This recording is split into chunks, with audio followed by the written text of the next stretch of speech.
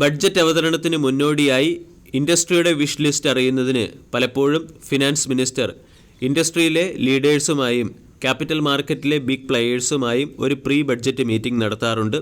June 20 ആയിരുന്നു pre budget meeting, അതായത് കഴിഞ്ഞ ദിവസമായിരുന്നു പ്രീ ബഡ്ജറ്റ് മീറ്റിംഗ് നടന്നത്. ഈ പ്രീ ബഡ്ജറ്റ് മീറ്റിംഗിൽ ഉയർന്നു വന്ന ഒരാവശ്യമാണ് ഹൈ ഫ്രീക്വൻസി F&O ട്രേഡ്സിന് മുകളിലുള്ള സെക്യൂരിറ്റി ട്രാൻസാക്ഷൻ ടാക്സ് ഉയർത്തണമെന്ന ആവശ്യം. ഈ ആവശ്യം ഉന്നയിച്ചത് അസറ്റ് മാനേജ്മെൻറ്റ് കമ്പനികളുടെയും മ്യൂച്വൽ ഫണ്ട് കമ്പനികളുടെയും എക്സിക്യൂട്ടീവുകളാണ്.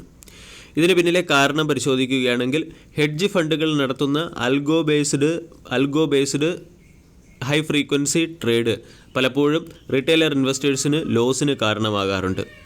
Algo based high frequency trade മൂലം ഓപ്ഷൻ പ്രൈസിൽ വളരെ പെട്ടെന്ന് സ്പൈക്കും അതുപോലെ തന്നെ ഓപ്ഷൻ പ്രൈസിൽ വളരെ പെട്ടെന്ന് ഫോളും അല്ലെങ്കിൽ സ്പൈക്കും ഫോളും ഉണ്ടാകാറുണ്ട്.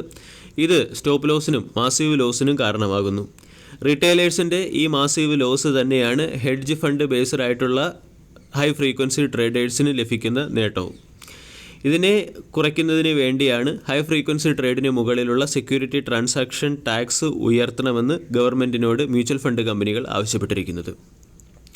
ഇവിടെ റീറ്റെയിൽ സെഗ്മെൻറ്റിൽ പ്രത്യേകിച്ചും F&O സെഗ്മെൻറ്റിൽ റീറ്റെയിലേഴ്സിൻ്റെ പാർട്ടിസിപ്പേഷൻ ഉയർന്നു വരികയാണ്. 2019 മുതൽ 2022 ഫിനാൻഷ്യൽ ഇയറിൽ F&O സെഗ്മെൻറ്റിലെ ട്രേഡേഴ്സിൻ്റെ വോളിയത്തിൽ 5 ഇരട്ടി അല്ലെങ്കിൽ 5 മടങ്ങ് വർധനവാണ് ഉണ്ടായിരിക്കുന്നത്. ഈ സാഹചര്യത്തിൽ റീറ്റെയിലർ ഇൻവെസ്റ്റേഴ്സിൻ്റെ ഇൻട്രസ്റ്റ് പ്രൊട്ടസ്റ്റ് ചെയ്യുന്ന രീതിയിൽ ഓപ്ഷനിലുള്ള സ്പൂരിയസ് മൂവ്മെൻറ്റുകൾ ഒഴിവാക്കുന്നതിന് വേണ്ടിയായിരിക്കും ഹൈ ഫ്രീക്വൻസി ട്രേഡിന് മുകളിലുള്ള സെക്യൂരിറ്റി ട്രാൻസാക്ഷൻ ടാക്സ് ഉയർത്തുന്നത്. ഇതിൻ്റെ ഇമ്പാക്റ്റ് കഴിഞ്ഞ ട്രേഡിംഗ് സെഷനിൽ BSE ലിമിറ്റഡ് എന്ന സ്റ്റോക്കിൽ കാണാൻ സാധിച്ചു. സ്റ്റോക്ക് മാർക്കറ്റ് അവറിൽ തന്നെ 2.41% ഇടിഞ്ഞ് 2644 എത്തുകയും ചെയ്തു. 3264 നിന്നും സ്റ്റോക്ക് 2644 ലഭിക്കുന്നു. 35,000 കോടി രൂപയുടെ മാർക്കറ്റ് ക്യാപ്പുള്ള കമ്പനിയുടെ വാല്യൂഷൻ 46.66, ഡിവിഡൻഡ് yield 0.57. ഈ ന്യൂസിൻ്റെ ഇമ്പാക്റ്റ് പ്രധാനമായും ബ്രോക്കിങ്ങുമായി ബന്ധപ്പെട്ട സ്റ്റോക്കുകളെയും അതുപോലെ തന്നെ ഡെപ്പോസിറ്ററിയായി ബന്ധപ്പെട്ട സ്റ്റോക്കുകളെ ആയിരിക്കും ബാധിക്കുക. ഇതോടൊപ്പം തന്നെ ഉയർന്നു വരുന്ന മറ്റൊരു ശ്രദ്ധേയമായ അപ്ഡേറ്റ് F&O സെഗ്മെൻറ്റിൽ നിന്നുള്ള ഇൻകത്തെ സ്പെക്കുലേറ്റീവ് ഇൻകമായി പരിഗണിക്കണം എന്നുള്ള ഒരാവശ്യമാണ്. ഇവിടെ ഇതുവരെ F&O സെഗ്മെൻറ്റിൽ നിന്നുള്ള ഇൻകത്തെ ബിസിനസ് ഇൻകമായിട്ടാണ് കണക്കാക്കിയിരുന്നത്. ബിസിനസ് ഇൻകത്തിന് 5, 20, 30% രീതിയിലുള്ള ടാക്സ് റേറ്റുകളാണുള്ളത്. അതേസമയം F&O സെഗ്മെൻറ്റിൽ നിന്നുള്ള ഇൻകത്തെ സ്പെക്കുലേറ്റീവ് ഇൻകമാക്കി മാറ്റുകയാണെങ്കിൽ ലോട്ടറി, ക്രിപ്റ്റോ ട്രേഡിംഗ് പോലുള്ള ഉയർന്ന ഫ്ലാറ്റ് റേറ്റിലുള്ള ടാക്സ് നമ്മൾക്ക് നൽകേണ്ടതായിട്ട് വരും.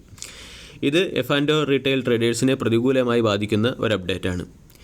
ഇതിൻ്റെ പശ്ചാത്തലത്തിൽ F&O സെഗ്മെൻറ്റിൽ നിന്നും ഉയർന്ന രീതിയിൽ റവന്യൂ ജനറേറ്റ് ചെയ്യുന്ന ഏഞ്ചൽ 1 പോലുള്ള സ്റ്റോക്കുകളെ നമുക്ക് വരും ദിവസങ്ങളിൽ ശ്രദ്ധിക്കാവുന്നതാണ്.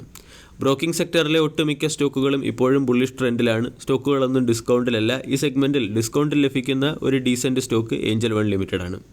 3700 രൂപയ്ക്കടുത്ത് വിലയുണ്ടായിരുന്ന സ്റ്റോക്ക് ഇപ്പോൾ കറക്റ്റായി 2500 കൺസോളിഡേറ്റ് ചെയ്യുന്നുണ്ട്. വീക്കിലി ക്യാൻഡിൽ പാറ്റേൺ നോക്കുകയാണെങ്കിൽ സ്റ്റോക്ക് കഴിഞ്ഞ 3 ആഴ്ചയായി 2500 കൺസോളിഡേറ്റ് ചെയ്യുന്നതായിട്ട് കാണാൻ സാധിക്കും. 2250 മുതൽ 2500 ഇടയിലുള്ള റേഞ്ചിൽ സ്റ്റോക്കിനെ നമ്മൾക്ക് അക്യുമുലേറ്റ് ചെയ്യാവുന്നതാണ്.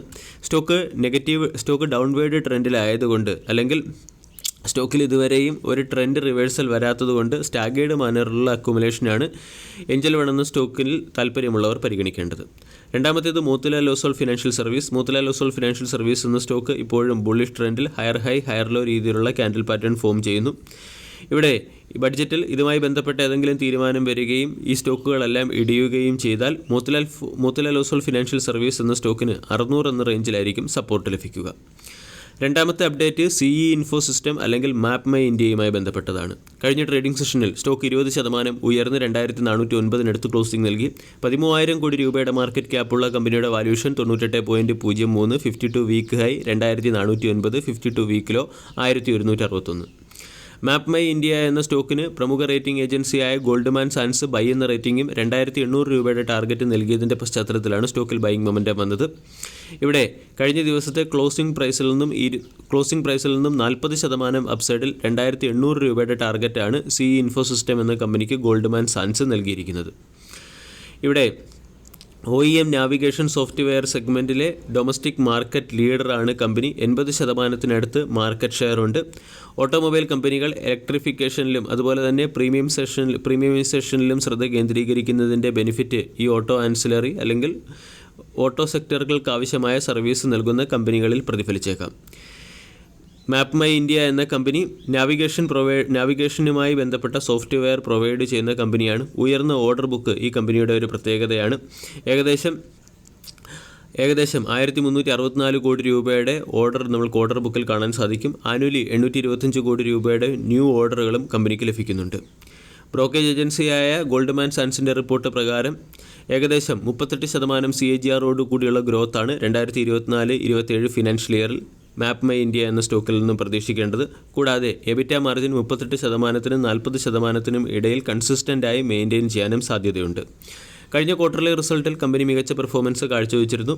നെറ്റ് പ്രോഫിറ്റ് 36% വർദ്ധിച്ച് 37.94 കോടിയായി മാറുകയും റവന്യൂ 46% വർദ്ധിച്ച് 106 കോടിയായി രേഖപ്പെടുത്തുകയും ചെയ്തു. കഴിഞ്ഞ ഒരു വർഷം കൊണ്ട് സ്റ്റോക്ക് 100%-ഓളം റിട്ടേൺ നൽകി. മാപ്പ് മൈ ഇന്ത്യ എന്ന സ്റ്റോക്ക് 2250 മുകളിൽ ബ്രേക്കൗട്ട് നൽകി 2400-അടുത്തെത്തി. അതേസമയം കമ്പനിയുടെ വാല്യൂഷൻ നോക്കുകയാണെങ്കിൽ 100-അടുത്തെത്തിയിട്ടുണ്ട്. ഹിസ്റ്ററി നോക്കിയാൽ പലപ്പോഴും 100 എന്ന വാല്യൂഷൻ ലെവൽ ക്രോസ് ചെയ്യുമ്പോൾ സ്റ്റോക്കിൽ പ്രോഫിറ്റ് ബുക്കിംഗ് വരുന്നതായിട്ടാണ് കാണുന്നത്.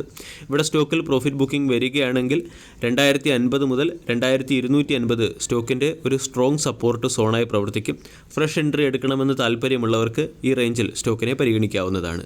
വീഡിയോ എല്ലാവർക്കും ഇഷ്ടമായി എന്ന് വിശ്വസിക്കുന്നു. താങ്ക്